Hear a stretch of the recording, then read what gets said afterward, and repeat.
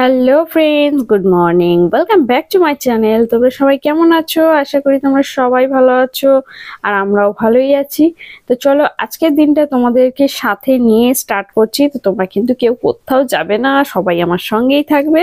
তো দেখো, প্রথমেই ঘুমের থেকে উঠে যেটা আমি করি সেটা হচ্ছে মানে একদম ফার্স্ট উঠে ওয়াশরুমে যাওয়ার আগেই আমি যেটা করি যে চুলটাকে প্রচুর টাইট করে বেঁধে নিই। তার কারণ হচ্ছে আমার না ওই পিঠের কাছে বা ঘাড়ের কাছে চুল থাকলে একেবারেই মানে কাজ শান্তি হয় না, খুব বিরক্ত লাগে, আর গরমে তো বিশেষ করে আরো। তো আমি আগে টাইট করে চুলটা বেঁধে নিয়ে তারপরে শুরু করে দিলাম ঘরের বাসি কাজ, মানে ঘর মোছা, তারপরে তোমার ঝাড় দেওয়া, তারপর টেবিল মোছা, মানে এগুলো আর কি। তারপরে জামা কাপড় ধোয়া, এই সব কাজগুলো করে ফেলছি, কারণ কলে জল থাকতে থাকতে সমস্ত কাজ আমি সেরে ফেলবো। আর আজকে ওপরের খাটের চাদর মাদর গুলো সব তুলে দিয়েছি, মানে একটা খাটেরই চাদর তুলেছি, তুলে কালকে একটা ধুয়েছিলাম, আজকে আবার একটা ধুয়েছি, তো সেটাও ধুয়ে ফেলছি। আর আমি সবসময় চেষ্টা করি কি বলতো, মানে জল থাকতে থাকতে সব কাজগুলো করে নেওয়ার। তো আজকে তোমাদের সঙ্গে যেটা শেয়ার করছি যে একদম কম টাইমের মধ্যে ঘরের সব কটা কাজ পারফেক্টলি করে ফেলবো। আর এদিকে দেখো, আমি কাজ করছি, মেয়ের কিন্তু অনলাইন ক্লাস চলছে। খুব গরমের জন্য স্কুল তো ছুটি পড়ে গেছে, কিন্তু ওদের স্কুলটা কি বলতো, অনলাইনে ক্লাসটা চলছে। তো মেয়েকে অনলাইন ক্লাসে বসিয়ে দিয়েছি। আমি একসঙ্গে না অনেকগুলো কাজ করি, একসাথে একটা টাইমে অনেকগুলো কাজ একবারে করে ফেলি, এই জন্য কিন্তু আমার কাজ অনেক তাড়াতাড়ি হয়ে যায়। বুঝতে পেরেছো? তো সেটা কিভাবে করি সেটা তোমাদেরকে বলছি। তো প্রথমে তো জল আসলে এগুলো কাজগুলো করে ফেলি। আর এই যে আমি স্নান টান করে এখন চলে এসেছি ওপরে, এদিকে মেয়ে অনলাইন ক্লাস করছে, মেয়েকে বসিয়ে দিয়েছি। একদিকে চলে এসেছি ওপরে, এই যে জামা কাপড় মেলছি, তখন কি করেছে বলতো, কলে মানে কলটা খুলে না বালতিটা পেতে দিয়েছি, কারণ ছাদে জল দিতে হবে।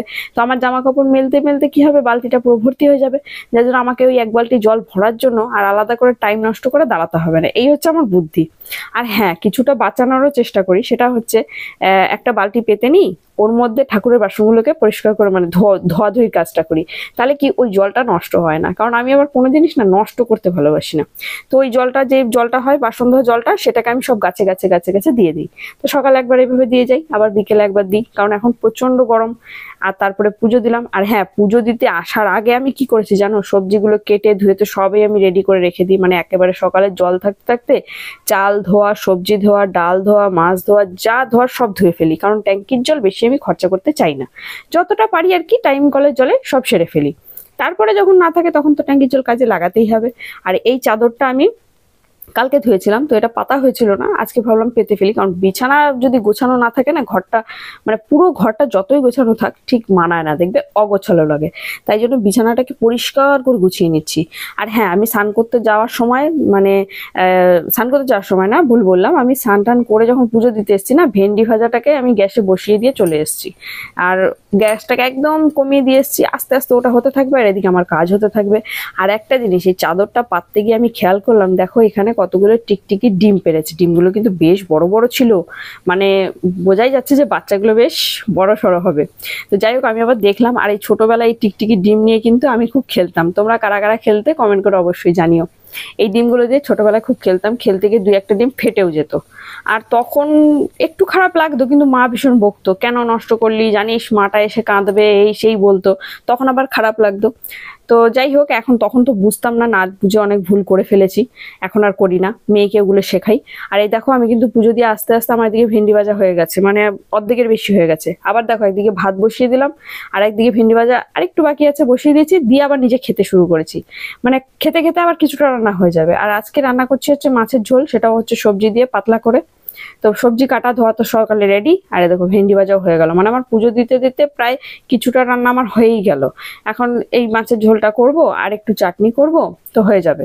আর ভাত বসিয়ে দিয়ে খেতে মানে অর্ধেক ভাতও হয়ে গেল। তো এইভাবে আর কি। আবার দেখো, রান্না বসিয়ে কাজ করি যাই করি, এর ফাঁকে ফাঁকে একটা কাজ কিন্তু ভুললে চলবে না আমাদের, সেটা হচ্ছে জল খাওয়া। প্রচুর পরিমাণে জল খেতে হবে, এখন যা গরম। আর এমনিতেও জলটা সবসময় আমাদের খাওয়াটা দরকার, কিন্তু শীতের সময় যদিও হয়ে ওঠে না খুব একটা, একটু কমই খাই আমরা, বললে তো হবে না। কিন্তু গরমকালে কিন্তু প্রচুর জল খাই, আমি তো খাই, মানে আরো হয়তো আমার খাওয়া দরকার মনে হয়। তো যাই হোক, ওই কাজ করতে করতে মাঝখানে মাঝখানে টুক করে এসে বসে একটু জল খেয়ে চলে যাই। আর দেখো, একদিকে রান্না কিন্তু হচ্ছে, তরকারিটা ঢাকা দিয়ে এসেছি, তো তার ফাঁকে ফাঁকে বাসনগুলো সব মেজে ফেলছি। তাহলে দেখো একসঙ্গে কতগুলো কাজ হচ্ছে, এতে কিন্তু আমার টাইমটা বেঁচে যায় অনেক। আর তার মধ্যে আবার চলে এলাম, মানে বাসন মাজা হয়ে গেছে, এখনো তরকারি হয়নি, চলে এলাম ছাদে, কারণ জামা কাপড়গুলো দিয়ে গেছিলাম, শুকিয়েও গেছে। আর হ্যাঁ, তারপরে আমার কিন্তু রান্না বাড়া কমপ্লিট হয়ে গেছে। আর আমি সকালে তো একবার স্নান করে পুজো দিয়েছি, তোমরা দেখেইছো। আর তারপরে কিন্তু রান্না বান্না সমস্ত কিছু সেরে আবার একবার স্নান করি, কারণ যে পরিমাণে গরম পড়েছে ওই গ্যাসের সামনে দাঁড়ালে পরে না এমনিই মানে ঘামে পুরো গা প্যাচপেচা হয়ে যায়। তো সেক্ষেত্রে একটু স্নান না করলে না ভীষণ অস্বস্তি লাগে। আমি এমনি আমার খুব ভালো লাগে আর কি দুবার করে স্নান করতে। শীতকালে যদিও করি না, মিথ্যে কথা বলবো না, কিন্তু গরমকালটা আমি করি। আর হচ্ছে গরমকালে তো দুবার করি, আবার রাত্রিবেলা একবার, প্রায় গা ধোয়ার মতোই হয়ে যায়। আর তারপরে যাই হোক, স্নান টান করে এসে মানে মাথায় মাথায় জল দিয়ে বেশ স্নান করি, তো খুব আরাম লাগে। তো তারপরে তোমাদের দাদাভাই আজকে ছিল না বাড়িতে, যার জন্য আমি আর মেয়ে বসে পড়লাম খেতে। আর হ্যাঁ, আমরা কিন্তু অবশ্যই ফোন দেখতে দেখতে খাবো, কারণ তোমার দাদা যেদিন না থাকে সেদিন কিন্তু আমরা ফোন দেখতে দেখতেই খাই। আর আজকে একটু নিম পাতা করেছিলাম, তো ওই জন্য আলাদা একটা বাটির মধ্যে নিম পাতার ভাতটা খেয়ে নিচ্ছি, কারণ মেয়ে নাহলে খুব বিরক্ত হয়, অন্য ভাতগুলো দিতে হয়ে যাবে। তো যাই হোক, চলো আজকের ভিডিওটা এ পর্যন্তই। দেখলে তো কেমন চটপট করে সমস্ত কাজ আমি সেরে নিচ্ছি। তোমরাও চেষ্টা করো, খুব তাড়াতাড়ি দেখবে হয়ে যাবে। তো চলো আজকের মতো এ পর্যন্তই, টাটা বাই, সবাই ভালো থেকো, সুস্থ থেকো, দেখা হচ্ছে আবার নেক্সট ব্লগে। টাটা।